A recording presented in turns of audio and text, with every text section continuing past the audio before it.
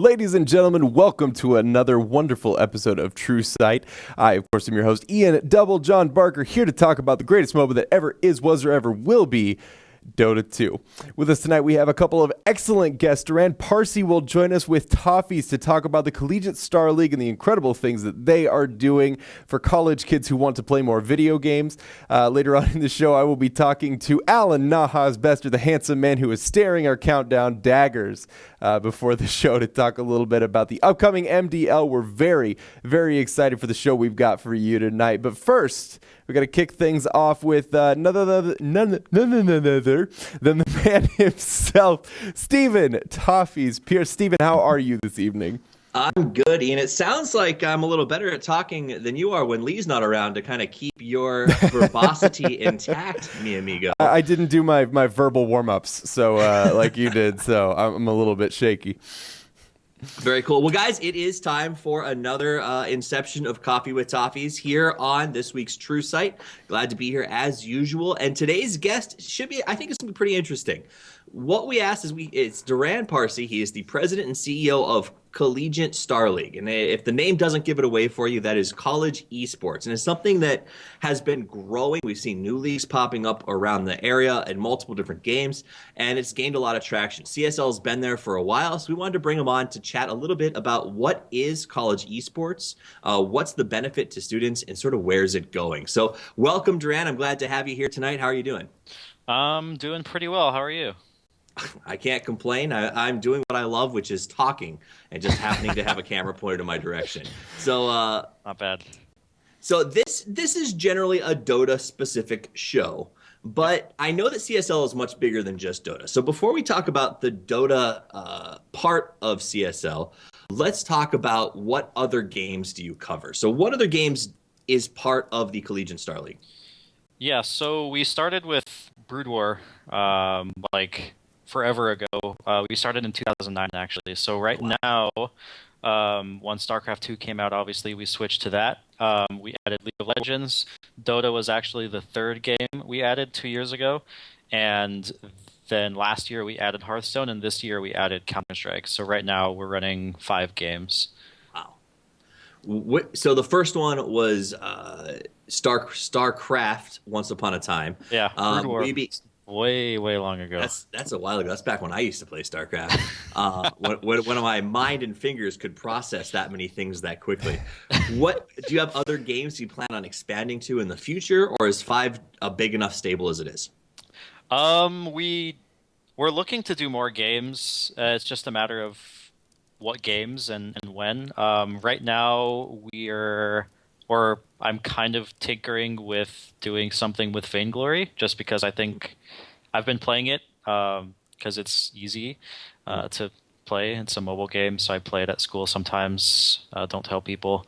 So that's kind of what I'm looking at. But yeah, it's really kind of what's coming up next. I don't know exactly, but yeah, Vainglory for sure I'm looking at. Okay. And then we'll kind of see. Maybe console at some point next year, perhaps.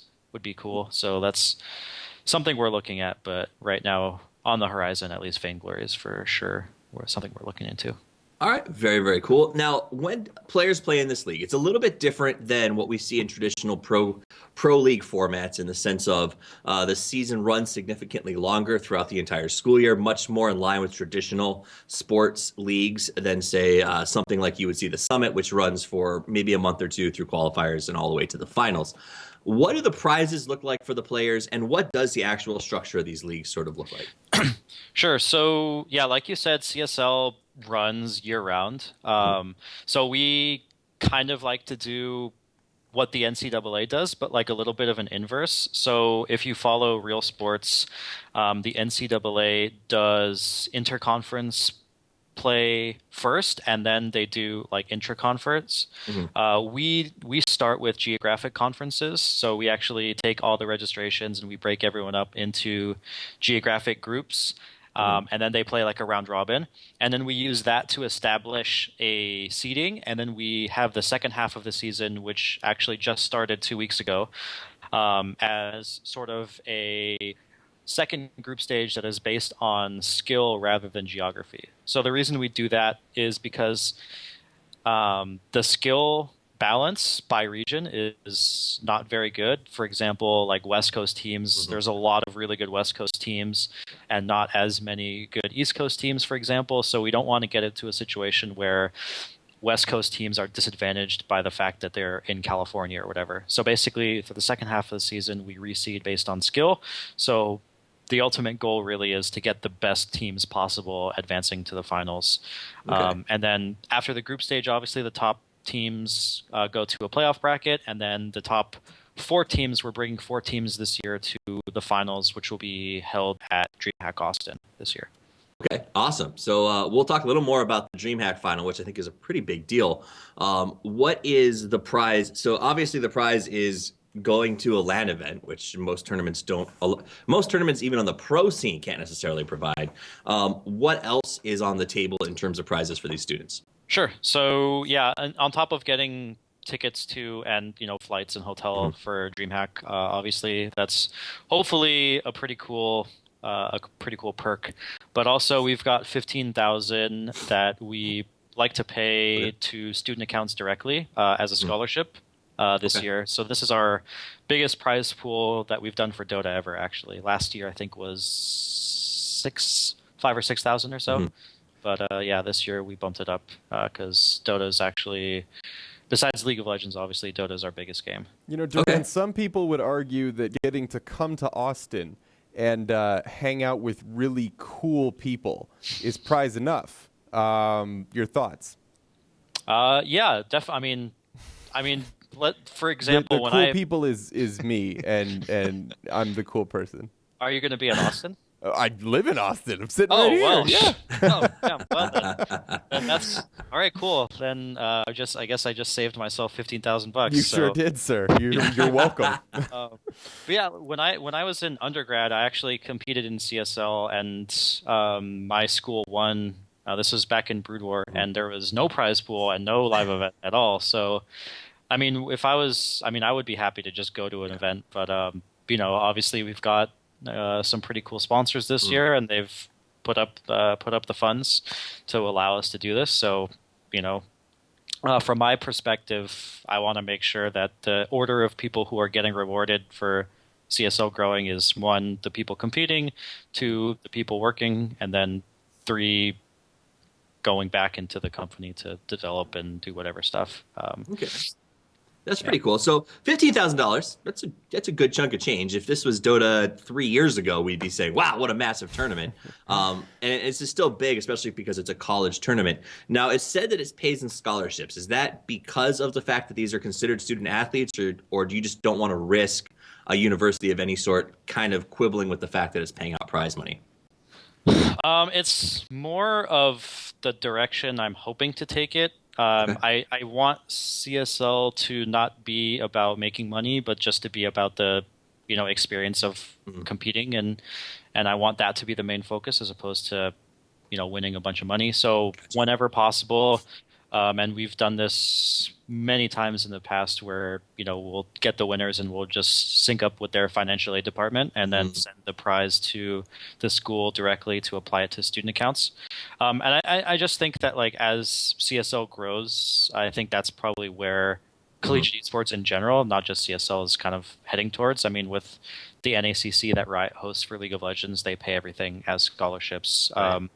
And I just think it's better to do it that way because obviously our focus should be and is on education, as even though it's cliche to say it that way, but that's pretty true actually. So it's interesting that you talk about the bringing scholarships to the table, the joy of competing, things like that, because as someone who watches a great deal of college athletics in this country, it seems like that's one of the things that's really unique about the college athletic experience, is that it's about competing and achieving something great in a place that's known for enabling people to achieve something great. Do you feel like that same spirit is being found in CSL? Do you feel like people are adopting it the same way people maybe look at college basketball or college football, that it's about the camaraderie and the regional spirit and just the joy of competing?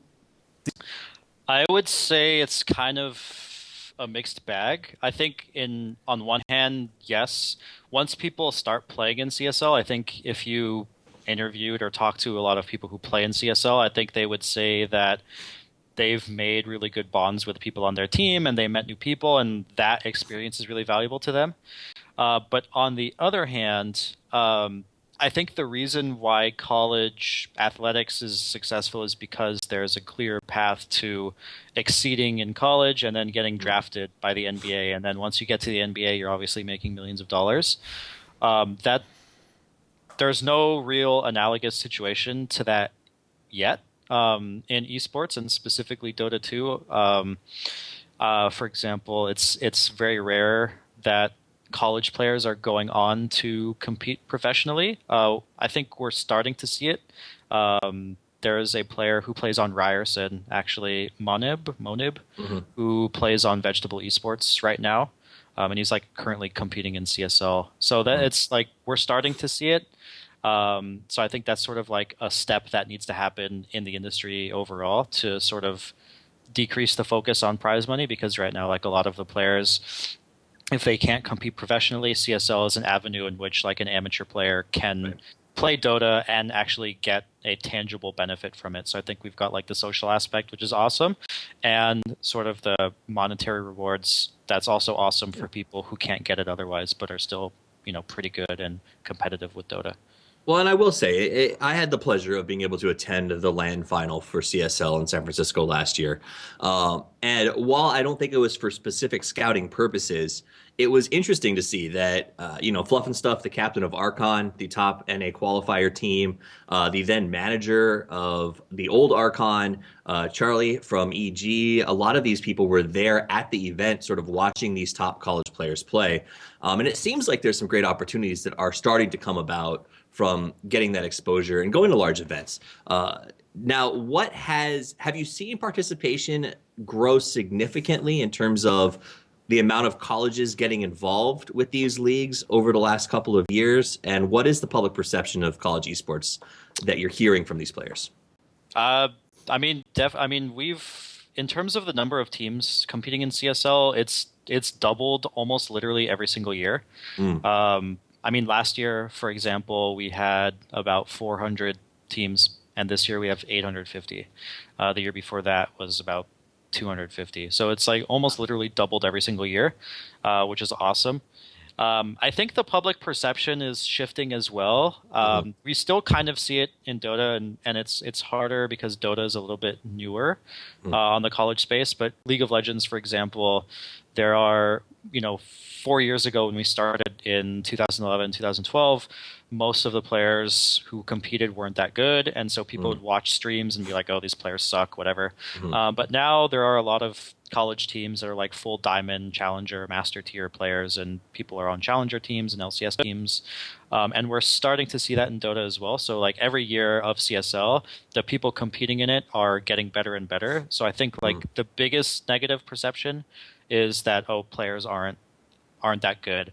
But as time goes on and I think CSL kind of helps drive players to be more competitive when they otherwise might not have a chance to be, and it's sort of increasing the skill level. So like over time, I think that negative perception of people being bad is slowly getting eroded.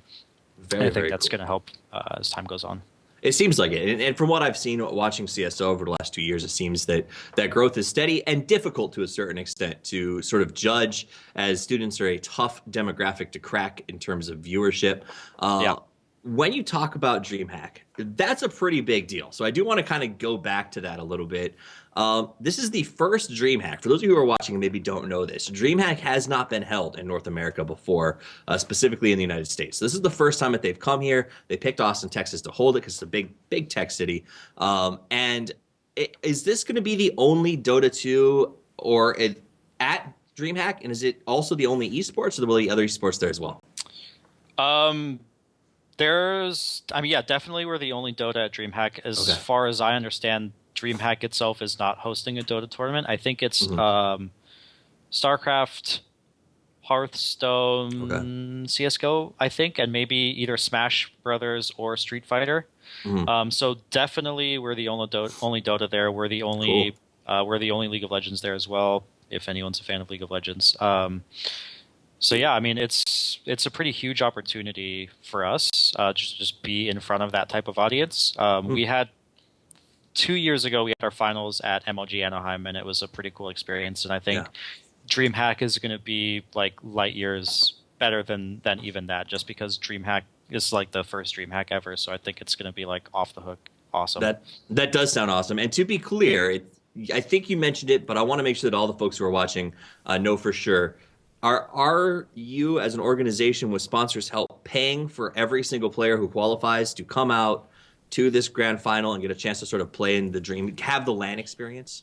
Yeah. So the top 4 CSL teams, all 5 of their players are getting flights paid for, and we're getting hotel rooms for each team, and then that's on top of the prize, obviously, and things like that. We'll be taking care of them and doing cool stuff in Austin as well. So it should be like a hugely awesome, fun time. We're hoping. Sounds like a fun time. I hope to see it. I think it'll be a lot of fun being there. Make sure you guys can tune in. So if people want to get involved, if they want to support the growth, and this is something that I say get behind, because when I watch CSL, when I see it going on, some of the other leagues will have hundreds and hundreds of viewers. Dota 2 can sometimes struggle to break up that cap. So I want to encourage you guys to support it. Where and when can folks tune in specifically to Dota? Sure. So our Dota broadcasts are every Tuesday and Thursday at 6 o'clock Pacific time, 9 o'clock Eastern time, and on our channel, twitch.tv/CStarLeague. So definitely, if you want to watch the games, check it out. Also, I want to just give a quick plug to our content team.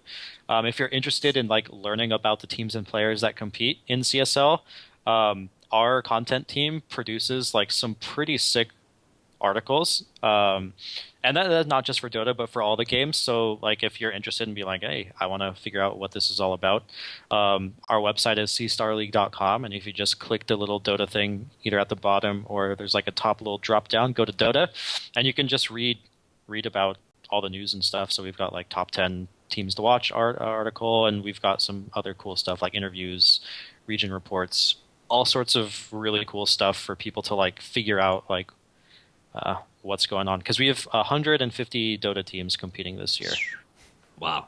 All right. Well, I want to thank everybody who's watching right now. And before we jump back to the desk, do you have any last thoughts or maybe some shout outs to the sponsors who are making CSL possible? If you want to get some plugs in, now's a great time to do it. All right. Well, first shout out to you guys. Thanks for having me on the show, and to you specifically for casting for us. If you guys didn't know, Steven casts our Dota games, so huge shout out there. But also I want to specifically shout out Asus, who is our main sponsor for the year, and they're the ones who are actually like putting up the cash to pay for the prize pool and the player travel. So that's like absolutely incredible for us. So give Asus a shout out on Twitter if possible, twitter.com/Asus_ROG. Also, shout out to Twitch. Obviously, Twitch has been a sponsor of CSL for a long, long time. So they're continuing to support us, which is great. And we're going to have some like pretty sick contests coming up. We're like going to be giving away a whole set of laptops for people. So like we're actually doing some pretty sick stuff soon. So yeah, just cstarleague.com, our website, Twitter, Facebook. Please follow us. And thank you guys for having me on the show. Awesome. Make sure you check them out, guys. My name's Toffees. You can check me out at Toffees TV over on the Twitter if you want to hear about cool upcoming stuff. And I will be sending it back to Ian and Lee on the desk. But before I do, I'm going to cheat and remind you of a show that's going to be on Sunday. This Sunday in the evening is Around the Pit. It's going to be a fresh episode with Toby Wan and Nahaz and one special guest. So I know Nahaz is going to stop by a little bit later and you guys get to see him, but he will be coming by to talk some shop later this week, guys. Until that happens, I will see you when it comes around, and I'll see you next week here on True Sight on the Daily Dot. Until then, play more Dota, and as always, Toffee's out. Bye-bye. Thank you so much, Toffees and Duran, for that look at the Collegiate Star League. Now, of course, we're going on to one of my favorite segments. Tiffany Teaches Team Fights, who's talking a little bit about finding pickoffs in hectic team fights. This week's fight comes from the semifinals of Star Ladder, with Team Liquid facing off against Alliance. In the last fight of Game 1, Liquid chased Alliance from their base, continuing the fight down the mid lane until ultimately they lose 4, all their buybacks and the game shortly after. After defending racks and pushing Alliance out from the base, Liquid engaged Alliance in an extended dance of a fight, cutting to the middle of this long fight, and Io, Darkseer, and Gyrocopter have bought back on the side of Liquid. Alliance turn around from retreat and take full advantage of how split up Liquid become, turning into a series of pickoffs that, combined with expended buybacks, spell GG for Liquid. Let's take a look. As Liquid go on the chase for more Alliance heroes, Io relocates to the fountain, leaving Death Prophet all alone in lane. Seeing the opportunity, Juggernaut jumps in with a solo Omni Slash, killing the Death Prophet just in time for the Gyro, running in to help, to eat the rest of the damage solo. Now a lone half-health Gyrocopter running into 3, he quickly falls to the Weaver. With the others dead and Io MIA, the 4 from Alliance chase down their Darkseer prey and take him out as well. It's interesting that Liquid went after Alliance at the end here at all. With Alliance backing off, it probably would have been better to reset, defend, and wait out the buyback timers. Even if Alliance had re-engaged before buybacks were back, the positioning likely would have been more favorable than the split-up positions Liquid ended up in. Following this, Alliance clear the mid-lane racks and go for throne. With no buybacks on the side of Liquid and only the Wisp alive, this spelled the end of the game for Liquid. So, what to take away from this fight? Take advantage of split-up heroes to pick off enemies, especially high-value targets like the totally OP, really strong Death Prophet. On the flip side, if you've just expended all the buybacks on your team, be careful about splitting up and or overextending, or it can be game over. And the last takeaway? Well, Alliance is back. That wraps up Tiffany Teaches Team Fights. Back to you at the desk. Thank you so much, Tiffany. Hopefully my pub mates will learn to watch these episodes and learn a thing or two. Of course, That's we have important. 2 new guests with us this Don't time. even start fresh that. from being stuck in traffic. Lee Massey. Lee, how are you this evening? I'm well. I think You're so. well. I think Good. I'm well. Good. I'm glad to hear that. And of course, joining us to discuss the upcoming MDL is none other than a returning guest, Mr. Alan Nahaz Bester. Alan, how are you this evening? I'm great. Just got out of a lecture an hour ago. It's the curse of the Nahaz. Get to give a Dota lecture. I love it.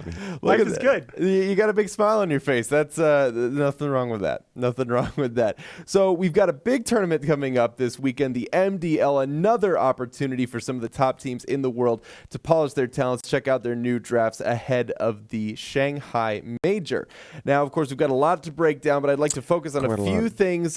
First of all, Nahaz, your thoughts on the front runners, the teams that have something to prove coming into the MDL this weekend in China. I think you can look at these 10 teams, or we know 9 of the 10. But I think you can look at every team, and every team coming into this tournament has something to prove.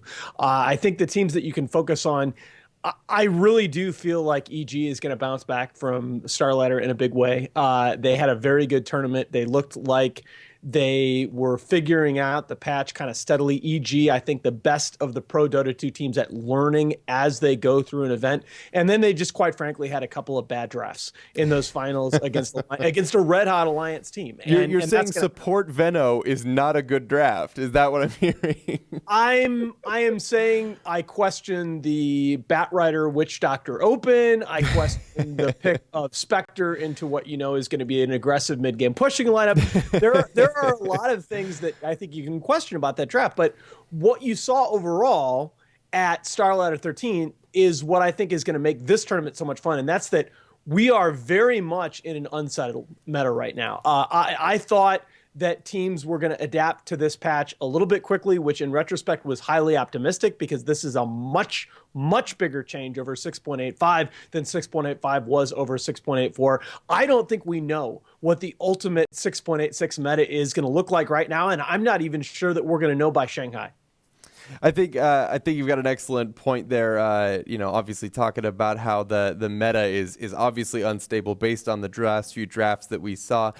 Lee, talk to me a little bit about the picks that you liked coming out of Starladder. What new did you see in the meta that you're hoping to see more of in the coming tournament?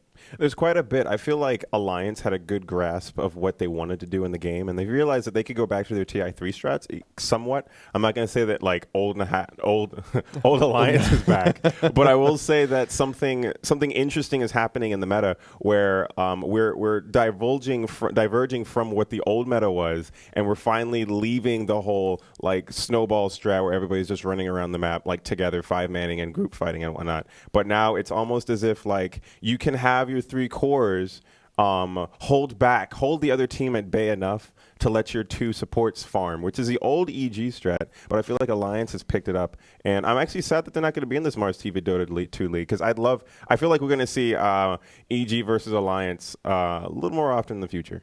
I don't think any Western fans would complain about that. Now, of course, one team that obviously has a lot to prove coming into this tournament is Secret. Eternal Envy and his squad definitely slumping. Alan, what do you think needs to change about this squad after, unfortunately, another disappointing performance for them to find success in China this weekend?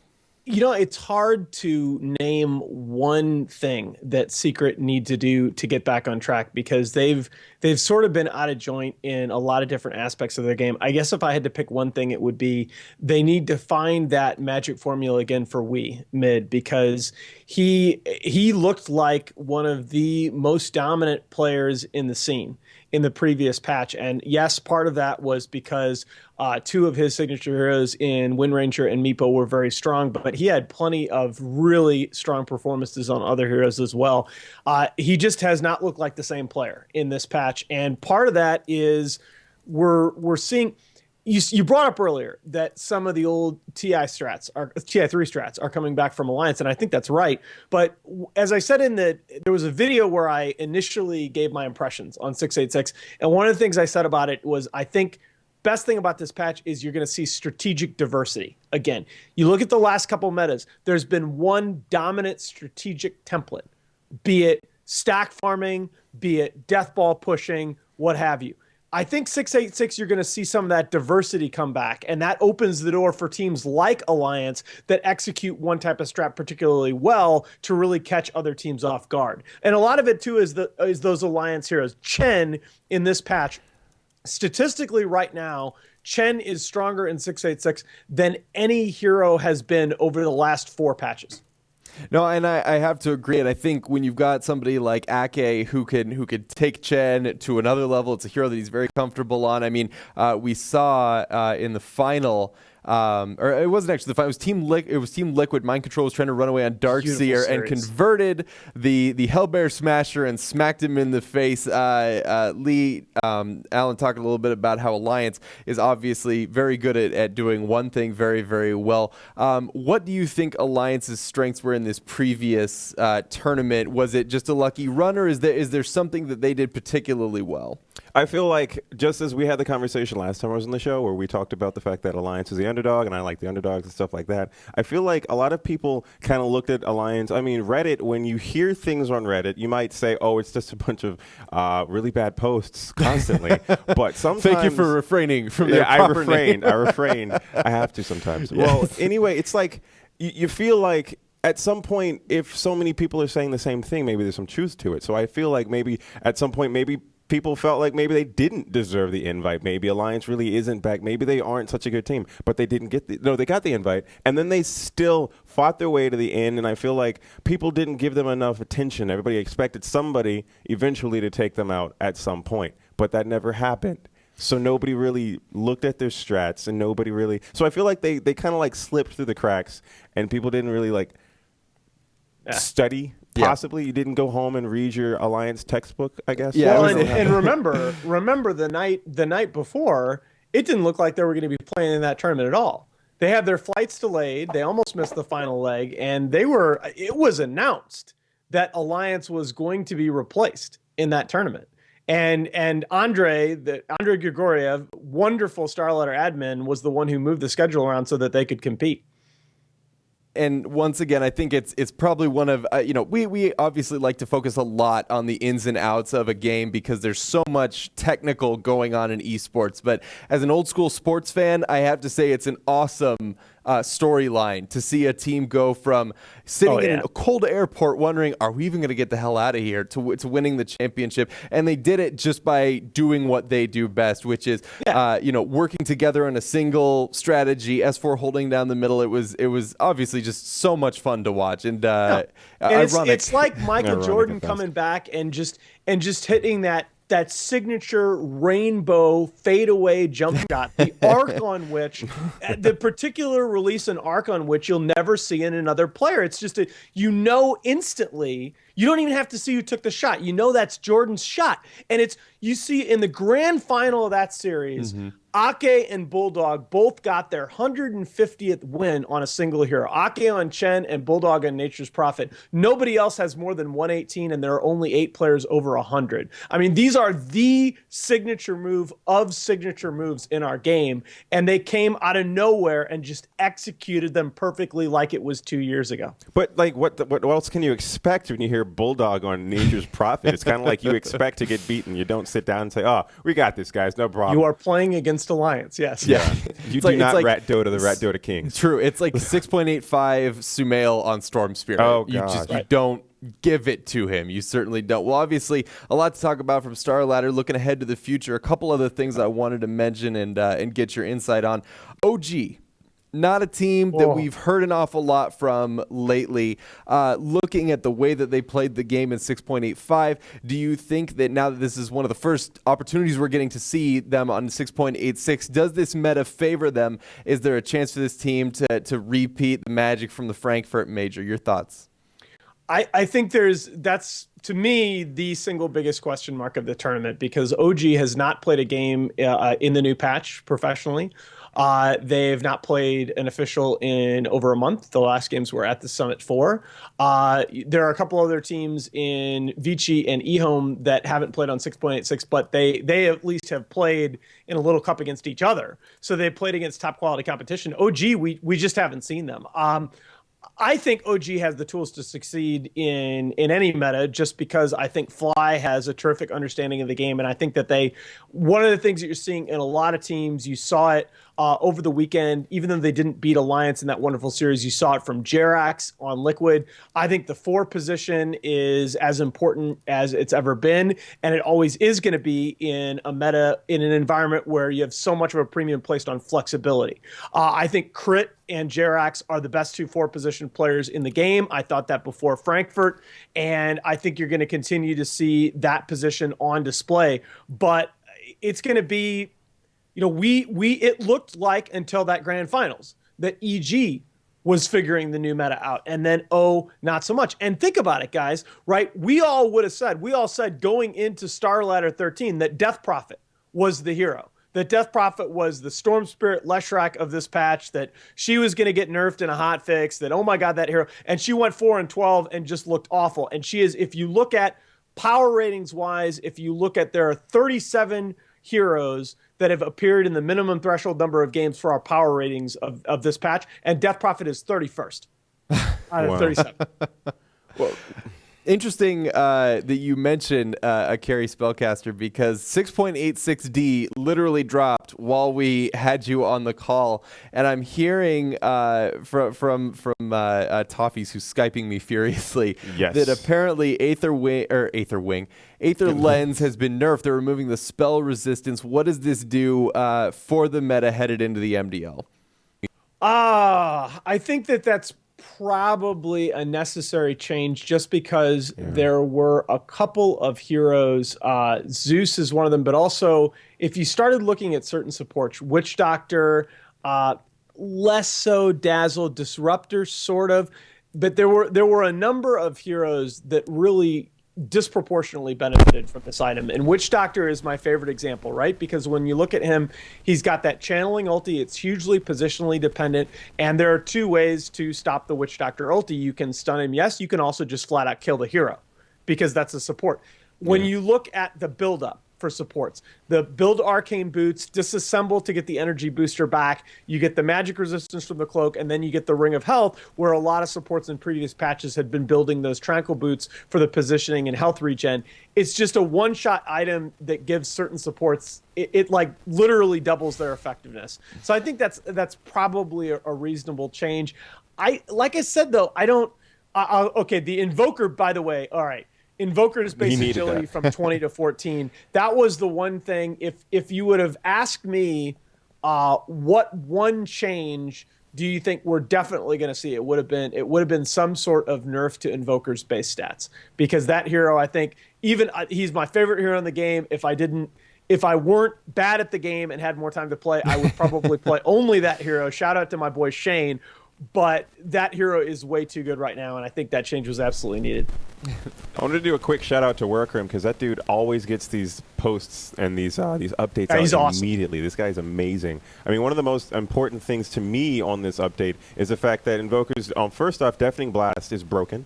It's going to everybody's going to argue with that. Yeah, certainly. Oh my god. What is broken about it is it's broken in conjunction with the Aghanim Scepter upgrade.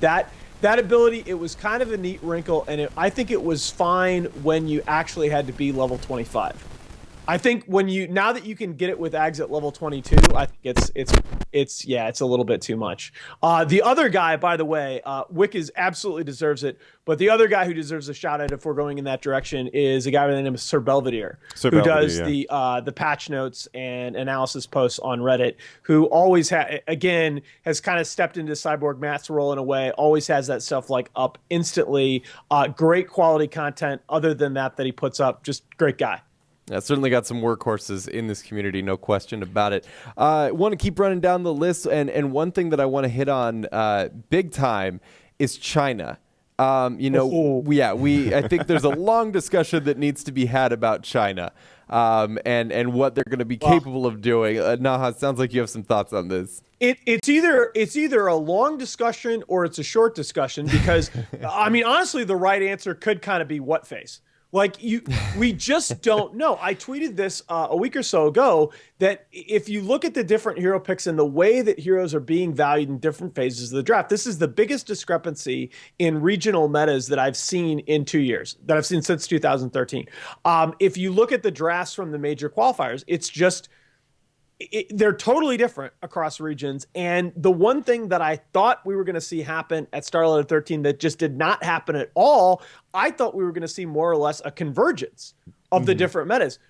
Not at all. LGD drafted completely differently from any other team in that event and looked awesome doing it until they ran into EG in what turned out to be a single elimination playoff phase. So I honestly don't know the answer here. My sense is that in most of the ways that you can name, the Western meta may be a little bit ahead, but there are certain, I think more Chinese teams know how to play and use Earth Spirit properly, which is hugely important. I think a lot of Chinese teams have a Chen player that's at least pretty good. I would not be surprised to see the Chinese teams do really well, but I just don't know at this point. Yeah, it's hard to vote with Chinese teams right now, especially when you've got Vici Gaming, who has names like Burning, Super, Ice, FY, and Fenrir. I mean, that is just an all-star Chinese roster in the past year or so, and yet they're just not performing. And I guess the question has to be asked: is it that they're not performing, or is it that Western teams are represent heavy opposition these days? Because I think that as Western teams have sort of worked harder to understand the meta, teams like EG really sort of nailing down the process of learning the meta, coming up with unique drafts, researching their opponents. Perhaps what we're seeing isn't the weakening of China, something in the water or anything like that, but just sort of a unilateral understanding that this game is growing more and more competitive. And if you sleep for half a week, you're going to miss something important. I think that it's more the latter, that there are just so many more good teams right now than there were. And you're seeing it. That's when I referred to the China Shanghai qualifiers a minute ago. Look at that. You look at that qualifier and you see the fact that the top two teams in the qualifier were the two teams that everybody expected, that being LGD and Newbie. But the other teams that won their groups were the youth squads from IG. IG's youth squad actually took out their main team. And then CDEC Avenger, who, I mean, I guess there are people out there that are going to claim to have heard of that team before the qualifiers, but most of them are probably lying. So you can look at that and you can say, the thing that I think has been best for the West over the last year and a half or so is that there's been a lot more parity. There have been the distinction between Tier 1 and Tier 2 teams has thinned quite a bit, and certainly between Tier 2 and Tier 3. And so what you're seeing is that, especially in Europe, teams just have a lot of really good scrim opponents to choose from. They're able to practice and play against a lot of different styles. They're seeing a lot of different strats. And there's just, again, just as in traditional sports, there's nothing, you don't know how to play against a spread offense in football until you've played against a good team playing that offense in an actual game. It's the same thing in Dota. The Chinese teams, they were a little bit slower to cycle some of that younger talent into their top tier teams. They were a little bit less flexible in terms of their organizational structure, but now you're seeing these youth teams come up and really make some noise. And so you have to ask the question, is this that the old guard just isn't up to par? Or are you seeing the same kind of parity develop in China that developed in the West, which is a sign of strength? And I really don't know the answer. That's part of why I'm absolutely so jazzed for this tournament. I really do think a lot of questions are going to get answered even in the first couple of days of play. I think one of the things that you touched on that's a trend that I've seen is the idea that you need experience against a spread offense, against a nickel defense, to understand how what you do stacks up against your opponents. And I think one thing that's interesting to me is that we're seeing teams. I mean, I think when the major system came out, people sort of had this idea that everything else would fall by the wayside. Nobody else is going to go to anything but the majors. In fact, EG practically issued all tournaments for the first major, and it kind of came back to bite them. And yet we're seeing at the MDL, VG, OG, EG, LGD, eHome, Secret, Spirit, Complexity, and Mineski, all teams that are going to be there in Shanghai at this tournament less than a month away. Well, it's more than a month. It's more than a month away. I'm not good with calendars. But that brings me to one of my questions that I had for Nahaz is like, what do you think about the fact that we're seeing all of the same teams in these premier tournaments and whatnot? Like we're seeing OG, EG, and LGD almost regularly. Team Secret for the last year has been in almost every single premier tournament. It's almost as if like you go into the same party just with a couple different people there. Like, what do you think about this? Like going forward. It's one of the things that I talked about and said that we were going to have to address as the major system rolled out. One of the few substantial downsides of the major system is the potential that it has to crowd out other tournaments. And I mean, tournaments like Starlight of 13, tournaments like MDL are saying, look, we've got to compete against the major that everybody knows is coming. And one of the ways that you do that is you make sure that those top name teams that you know are going to get the direct invites are on your list.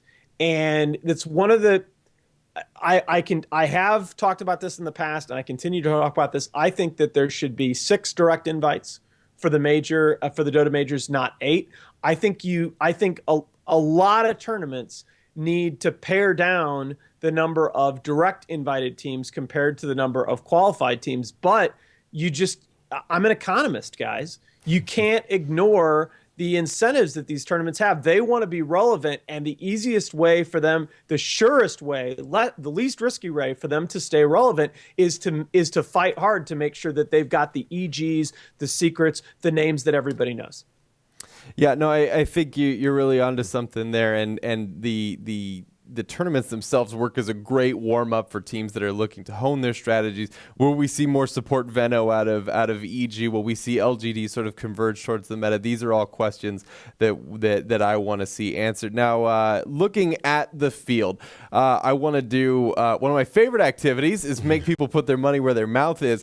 Looking at this field, your thoughts on the early top 4 just based on performances. Who are we going to see in the finals of this thing when it comes down to it? I am almost incapable of picking against EG, and it's not, I didn't understand why until I had a conversation with Toby one day, and he said, I think I understand why you like EG. It's because when they lose, you always understand why. That makes It's sense. always one or two things that you can point to, and it's almost always something that's going to be fixable. I mean, they had bad drafts in the finals, but they didn't have bad drafts in a way that was like, oh my God, Peter is on crack. They had bad drafts in a way that's very easily fixable. Mm-hmm. Peter, you will almost never see Peter as a captain make the same either drafting or tactical in-game mistake twice. Yeah, it's I have to believe that they're going to fix it. And one of the things that you're going to see, a theme of Star Ladder, was that the teams who have played a lot of games in the current patch did well. And it's something you saw as far back as ESL New York when Vega came in and made their run. They were the team coming into that tournament that had played the most games on 6.5. It really showed. LGD and Liquid were two of the teams coming into this tournament that had played the most games on 6.86. And boy, during those group phase games, those are the two teams that a lot of us thought were going to meet in the grand finals. Yeah.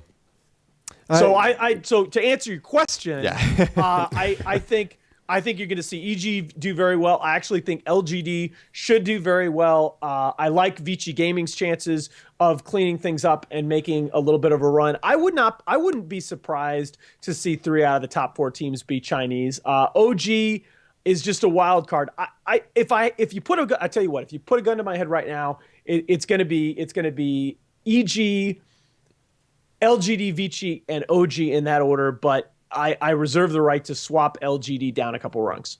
Now it has to be said, the last time we were on this show predicting Star Ladder, a keen individual to my right, your left, predicted the winner of Star Ladder, and I thought he was absolutely crazy. So Did you call Alliance? He called Alliance. Why'd you call Alliance? The reason he's lucky. No, it's not That's because I'm why. lucky. It's because I actually think. No, Alliance. I've been following what they've been doing lately, and I feel like a lot of people have been giving them the bad rap. It's like It's definitely true. You just forget that at one point they were the Na'Vi. Like back in the day, it was Na'Vi against Alliance that you looked forward to during the international. It was like those were the two teams that you always looked forward to. Now Na'Vi is they're doing whatever they're doing, but Alliance Kicking players. kicking players left and right. I mean, I don't even know if is Dindy still on that. Yeah, I haven't really he looked is. at that recently. He is. But Officially, Alliance is that stuck was to the their most guts. obvious kick ever. Yeah. But yeah, I think in retrospect, I think first of all, you're absolutely right that there were just a lot of people that gave Alliance crap for reasons that were kind of made up. But I also think in retrospect, it was funny because Misery tweeted out, they're like, after the Shanghai invites, it was kind of taken as a salty tweet by most, but I mean, Misery is just kind of that kind of guy. He's an awesome dude. He's just a little bit sarcastic. And he's like, well, they buffed all Alliance's heroes, so you might as well invite him to the major. And when you look at it, Alliance's best heroes got buffed. Their old style of play, which they'd sort of stuck to, got buffed. Agreed. Yeah, It's hard to I mean, it's hard to argue with. I mean, that's like if you're looking at a basketball team that runs a great low shot clock, they run a great offense early in the shot clock. They take nerf the shot clock. What is this basketball Reduce the Dota? dude, sports are sports, man. Sports it's is all sports. pretty. We should mix the two. They reduced the Let's shot control. clock. Yeah, they reduced the shot clock by 5 seconds. You got to say that team's probably going to do great, right? I mean, it's All right, so I want to hear your MDL predictions now, because you may know a few things that I don't hear. Yes, You're talking to me or him? No, the man who got it right. All right, so looking into this, I feel like just as we've been talking about the qualifiers and the fact that like we get a bunch of direct invites, and then the qualifiers has these teams that are like down in the trenches fighting their way for their right to be in the spotlight.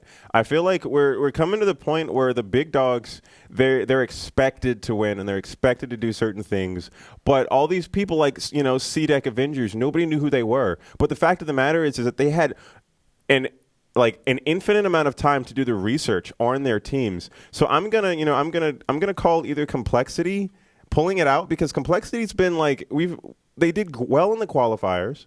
They've done well in every single game, every game they've ever gone into. They've done quite a. I know. I don't like Swindle Melons. I met the guy once.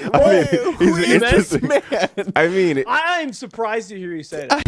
I was surprised to hear Alliance. Nahaz, I was surprised to hear I'm Alliance. surprised to hear you. I actually, if you meet Swindle, Kyle, he is. I mean, he says some crazy stuff. exactly. That's what happened. The dude, I respect. He has a true passion for the game, and he has just an amazing work ethic. He will never ask you the same question twice. It's because he actually remembers. I respect when he says things like, "Oh, I could be as good a captain as PPD. Why am I not winning?" You're like, part of you just recoils, but then you're like, you know what? The kid believes it, and he works his ass off, and it's I can't not respect that. But that said, that's a team. I love this. I love their roster. I absolutely. I thought their players were great when they played on NIP. Yeah. And I think the combination of those three players with Swindle and Z-Freak has enormous potential. I think this is a roster that needs some more time to gel. I really do. Now, what I will say, I'm with you. What I will say is that there are caveats to that. The reason I say that is because there's certain people, it's almost like a rock, paper, scissors match. Certain teams that we all know Complexity is just going to have a very tough time where I can't put my money on Complexity beating, and one of those teams is EG. One of the things I would have to do is if Evil Genius is let's say Fear has a bad day or something like that, something has to happen in order for EG to be knocked out early. Otherwise, Complexity is going to have a very tough uphill battle. And another thing I'd like to say is Team Secret, EE. Eternal Envy is an amazing player. He's hands down, he's one of the best carries in the game. One of the best carries. I'm not going to say the best carry. Note. But EE, if he's on his game that day, nothing's going to stop him. He's a good one position. He's an amazing person. I mean, as long as he isn't playing PA, he's great. Now the thing is that we all knew that was coming. Yeah, oh my God, come on! Did you see those matches? Anyway, so less said about that. Let's not talk about that. So I mean, with Puppy being his support as his 5 position, we have an interesting puzzle piece together. It's you have to find the moon has to be in the specific orbit at the specific time in order for this to win, because Puppy has to be on his game and EE has to not be tilting, and then they can win anything. Secret success is based on astrology. It's an astronomical number. Good luck. Look, we saw, and I've been saying this for a very long time, and I did feel a little bit vindicated during the fall. Jackie's ceiling is it's just huge. When he is playing at the absolute top of his game, there really are not too many players that I've ever seen play Dota that I'd call strictly better. His potential is insane. Whether or not the question with him is always, is he going to sustain that? And again, we haven't seen it yet, but I still think that team is going to rise and fall on whether or not they can get Weehaw on track. I really do. He was such a dominant presence for them, and he was a player. He was the player in the last patch.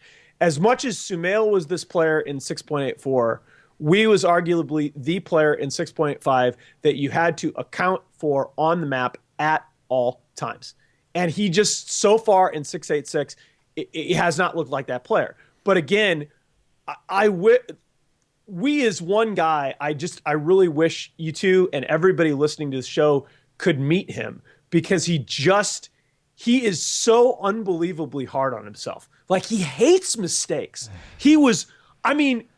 I talked to the kid after ESL New York, where everybody was so skeptical. He was there was all this crap on Reddit about, he was their 5th choice, and man, Secret are crazy adding this guy. And he walks into ESL New York, and he looked like Sumail did at DAC. Mm-hmm. He looked despite the fact that they lost in the grand finals, he looked like the best player in the tournament. And a lot of the time, it didn't look particularly close. And I talked to him afterward, and he's pissed. He's like, we lost. I screwed up. And I remember telling him, I'm like, look, just keep that attitude, because it's what's going to make you a great player, but don't don't forget you did some really good things. Yeah, you in this tournament. certainly can't let that pressure crush you, because as quickly as self-criticism can make you a better player and sharpen you, it could just as easily I'm sort of make you telling implode. I really do think if he keeps that attitude and continues to make that work for him, I really like that kid. I think he's going to do great things. Well, from the bold prediction to the smart prediction. Oh man, it's not bold. I want one of those like Lee Corso wait a foam minute, heads. I want you guys made me give a top 4. I want your top 4. Okay, I'll give you my top let's hear 4. it, I didn't let's hear give it. my top 4. Yeah. I think my top 4 is going to be. I think Complexity is going to come in second. I have a strong feeling they're going to come in second. The first place is going to be a toss up between Vichy and EG, and I'm looking at Team Secret as a fourth because, as we know, Jackie Mao likes to do things. I'm not going to say he's a quarterback, but I mean the guy's got an arm. See, sports. No, See, it was a throw joke. Come on, they man. Were, you still boy. talked about sports. Oh. You still talked about sport, unless you say Nickelback, and then we can talk about something That's different. music. That's not even music. Here's my prognosis on the situation. I agree, Alan. I hate to just rip what you said, but I think that duplicate what you said. But I think that PPD is a guy that doesn't make mistakes twice. This is a team that obviously had a great grasp on the meta until they brought. I like to refer to really crazy, out there, risky drafts as experimental jazz, and so EG brought a little bit of experimental jazz to that final. I feel like they're going to be playing the right notes this time around. I got EG in first. I'm actually going to give second place to eHome. I think that CTY is a guy, absolutely one of the most explosive players in China right now. Assuming he can keep it under wraps, he can close the shop and just buy the right items. No, but hey, you say that. All of us looked at his like moon shards on Animage, right? And we're like, lol. And now all of a sudden, in the qualifiers, it's like a variation, a standard variation build. Yep. It's viable. It's always been viable. I just can't get over. They took such a risk moving him out of the mid. He was the third best mid at TI. Yeah.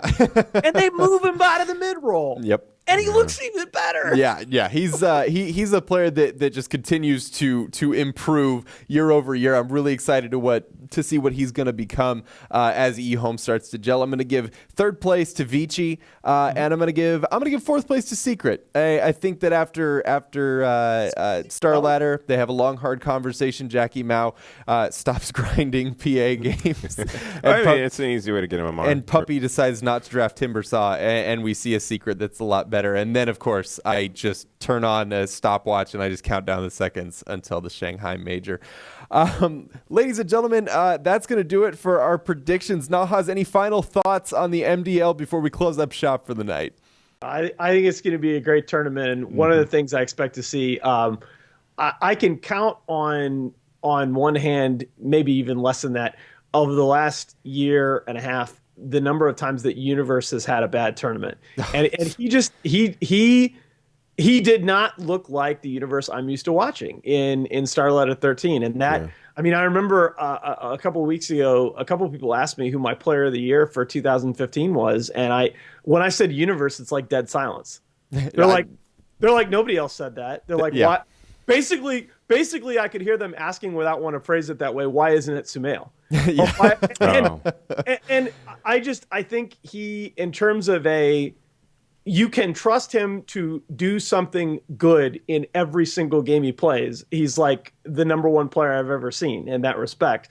I think he's going to come back big, and I think EG's going to come back big. And shout out to all our viewers. It's a really fun show. Thanks for watching. Thanks so much for coming on the show. Thanks for coming on the show, Nahaz. Absolutely. And we, of course, will be back next week with another episode of True Sight. Actually, wait a minute. I'm getting something in my ear. Totally seriously, we will actually not be back next week. We're moving into a brand new studio. Big exciting things happening for Daily.Esports. Can't divulge too much of it, but know that I will be back broken by the time it's week over, carrying the big heavy cameras that bring this show into your homes. So we will not be back next week to recap MDL, but we will be back the following week with more fresh content, more Toffees interviews, more Tiffany Teaches team fights, and maybe more Nahaz. Who knows? Maybe.